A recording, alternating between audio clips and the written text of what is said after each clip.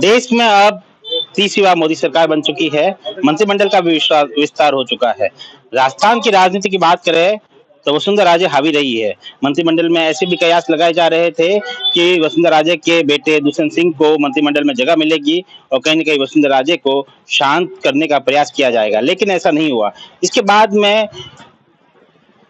ऐसा कयास लगाए जा रहे हैं कि राजस्थान की राजनीति में वसुंधरा राजे का वापस कम बैक हो सकता है। ऐसे में वरिष्ठ पत्रकार हमारे साथ में हैं, क्या कुछ कहना है, क्या कुछ राय है उनकी, उनसे जानते हैं। तमाम इलेक्ट्रॉनिक के वरिष्ठ पत्रकार हमारे साथ में हैं, उनसे बात करते हैं। लंबे समय के अनुभव उनके पास में है। क्या लगता है, दयाल सिंह जी हमारे साथ में, क्या लगता है सर कि वसुंधरा राजे का क्या भविष्य हो सकता है राजस्थान में?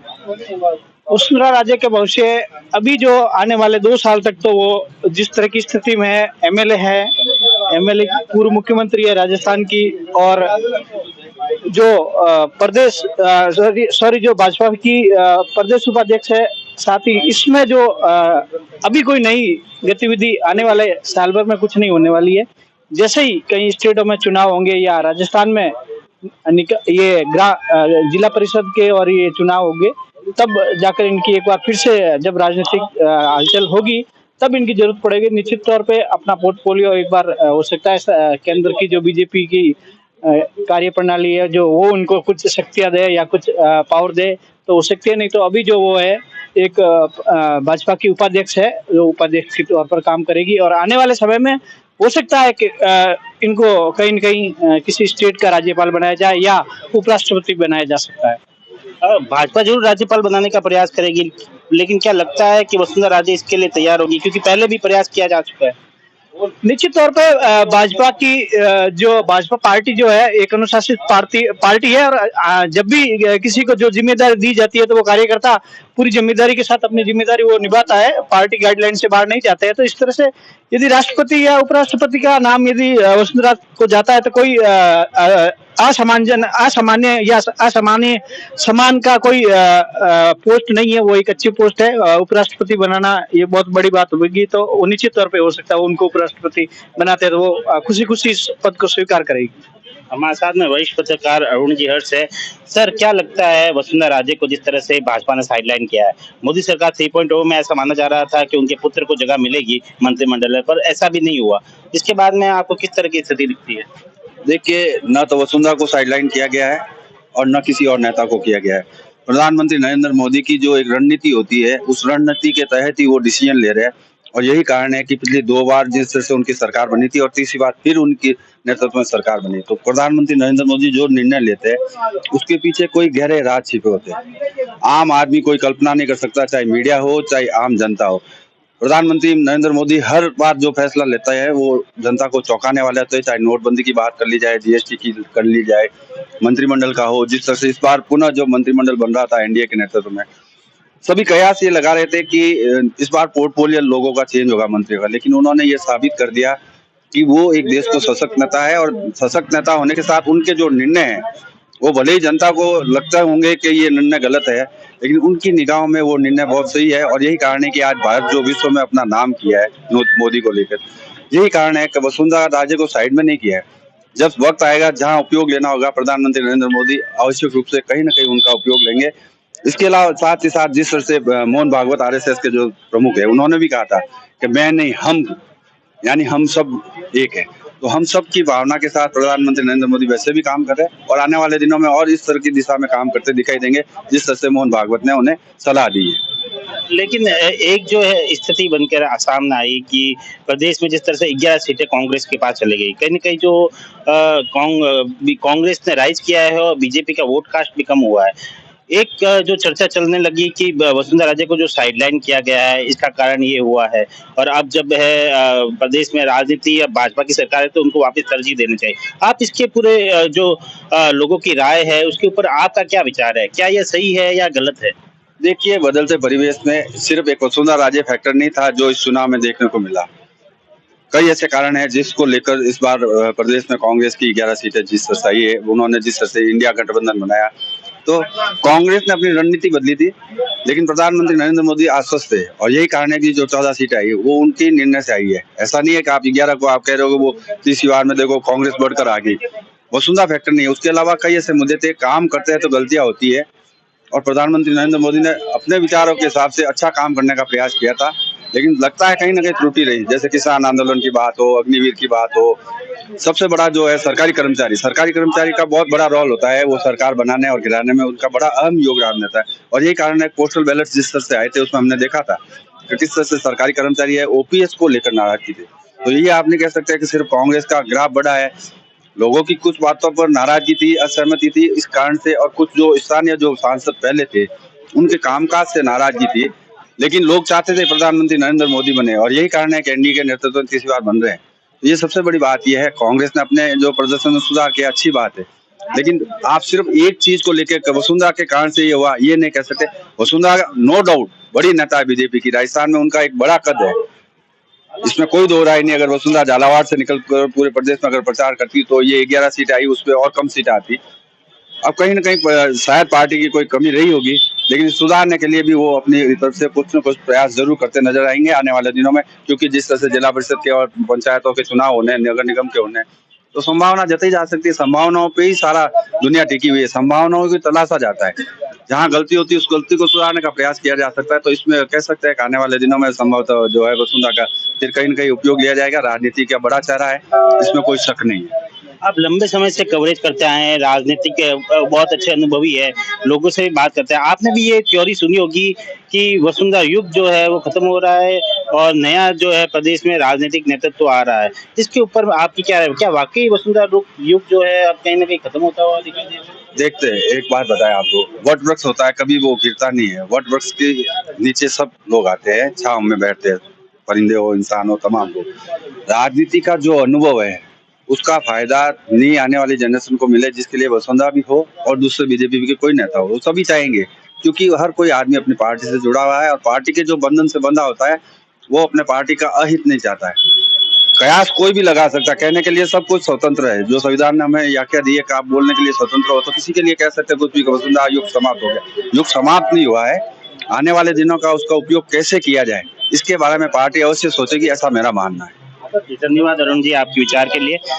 हमारे साथ में भूपेंद्र जी है, वरिष्ठ पत्रकार है। भूपेंद्र जी, क्या लगता है आपको जब जिस तरह से मोदी सरकार ने हालांकि तीसरी बार सरकार बना ली, लेकिन प्रदेश में भाजपा का जिस तरह से परफॉर्मेंस रहा है, कहीं न कहीं वसुंधरा युग खत्म हुआ है। एक कारण ये भी बताया जा रहा है कि कम सीट आने का वसुंधरा जी ने जो है प्रचार नहीं किया इस पूरे। जी बिल्कुल, देखिए वसुंधरा जो है पिछले लंबे समय से राजस्थान में भाजपा का चेहरा रही। वसुंधरा राजे को एकदम नेगलेक्ट करके उन्हें मुख्यमंत्री नहीं बनाना, तो कहीं ना कहीं वसुंधरा राजे के जो फैन फॉलोवर थे, यानी भाजपा का एक बड़ा धड़ा जो वसुंधरा के पक्ष में लगातार था, वो धड़ा चुनाव से दूर रहा, भाजपा नेताओं के समर्थन में कम दिखा। इसका खामियाजा कई जगह तो सीटें हारने से देखने को मिला, तो कई जगह वोटिंग परसेंटेज जो हार जीत का अंतर है वो काफी कम देखने को मिला।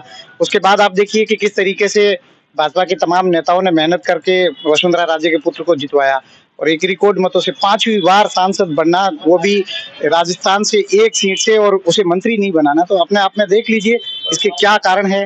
कई कारण है, अंदरूनी बातें कहीं है। 5 बार जो सांसद जीता है उसे मंत्री पद नहीं देना, इसका क्या मतलब निकाला जा सकता है? जो दूसरी बार जीता है, जो तीसरी बार जीता है, जो पहली बार जीता है, उसे मंत्री पद मिलता है, लेकिन जो 5वीं बार जीता है और इतने बड़े मार्जिन से जीता है, जिसका बैकग्राउंड ये है, उसकी माँ जो है प्रदेश में पूर्व मुख्यमंत्री रह चुकी है, उनका परिवार जो है लंबे समय तक राजनीति से जुड़ा है, लेकिन उस परिवार का प्रभाव देखिए राजस्थान और मध्य प्रदेश दोनों जगह है।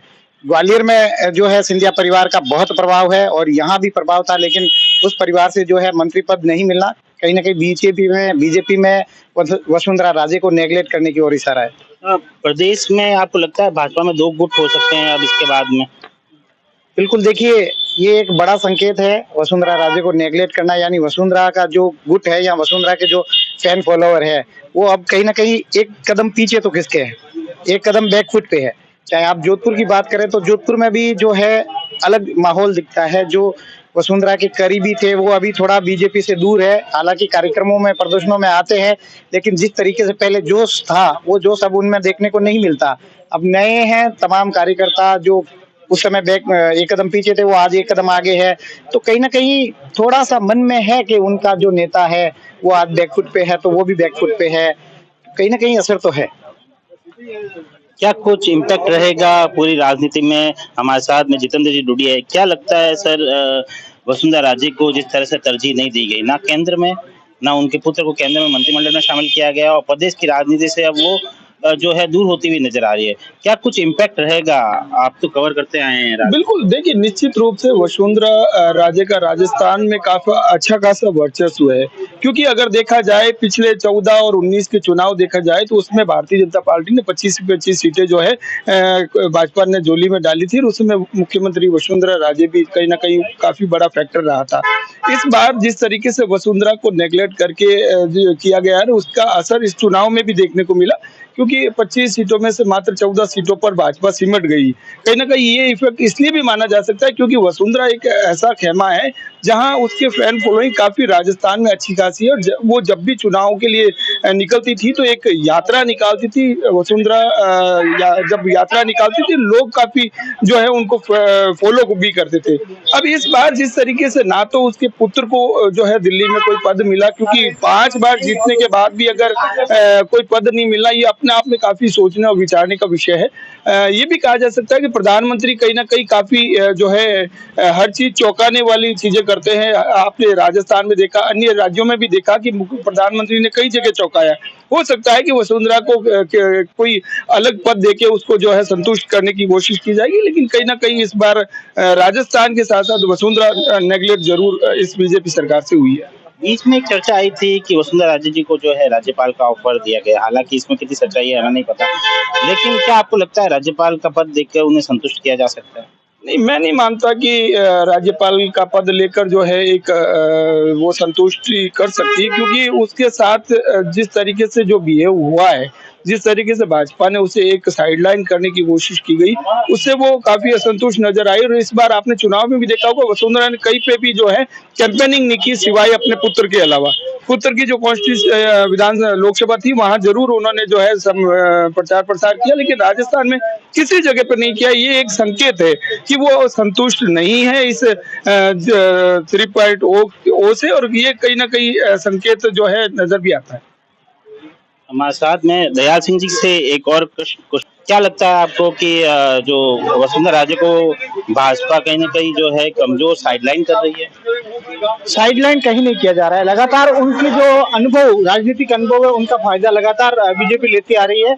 बीजेपी किसी राजनीतिक कारणों से उन्हें एक बार जरूर स्टेट में दूसरी जिम्मेदारियां दी गई हैं, लेकिन सरकार जो बीजेपी की है तो निश्चित तौर पे कहीं ना कहीं कमान वसुंधरा से भी आती है, ऊपर से भी दिल्ली से भी आती है, और भजन लाल जी को मुख्यमंत्री बनाया गया है तो उन सब के असमंजस से आपने देखा होगा जब मुख्यमंत्री भजन लाल को बनाया गया था तो उसके दूसरे दिन तीसरे दिन लगातार भजन लाल जो है वसुंधरा जी से मंत्रणा के लिए जाते हैं, बात होती है, सब कुछ होता है, और मंत्रिमंडल का पूरा जब विस्तार होता है, पूरी जो मंत्री को जिम्मेदारी दी जाती है, विभागों का जो बंटवारा होता है तो उसमें भी वसुंधरा की बात रखी जाती है। तो कहीं साइडलाइन किसी को नहीं किया गया है, किसी न किसी राजनीतिक कारण से उन्हें जरूर पद पर नहीं, मुख्यमंत्री का पद नहीं दिया गया है कि मुख्यमंत्री के अलावा तो कोई उनके लायक कोई जो राजस्थान में पद नहीं है, तो उनको प्रदेश का उपाध्यक्ष भाजपा में जो केंद्रीय समिति है उसमें उपाध्यक्ष बनाने के बाद उनको ये जिम्मेदारी दी गई है कि राजनीतिक जो फायदे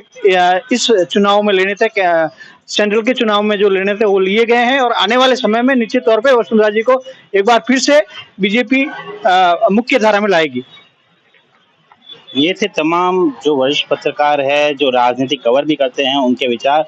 वसुंधरा राजे का प्रदेश की राजनीति में अब क्या भविष्य रहेगा? क्या वे केंद्र की राजनीति में एक्टिव होंगे, या भाजपा उन्हें कमजोर कर रही है और अब वसुंधरा युग जा चुका है? तमाम मुद्दों पर पत्रकारों ने अपनी राय रखी और आपके सामने अपने विचार रखे। सुमित देवड़ा, TV9 जोधपुर।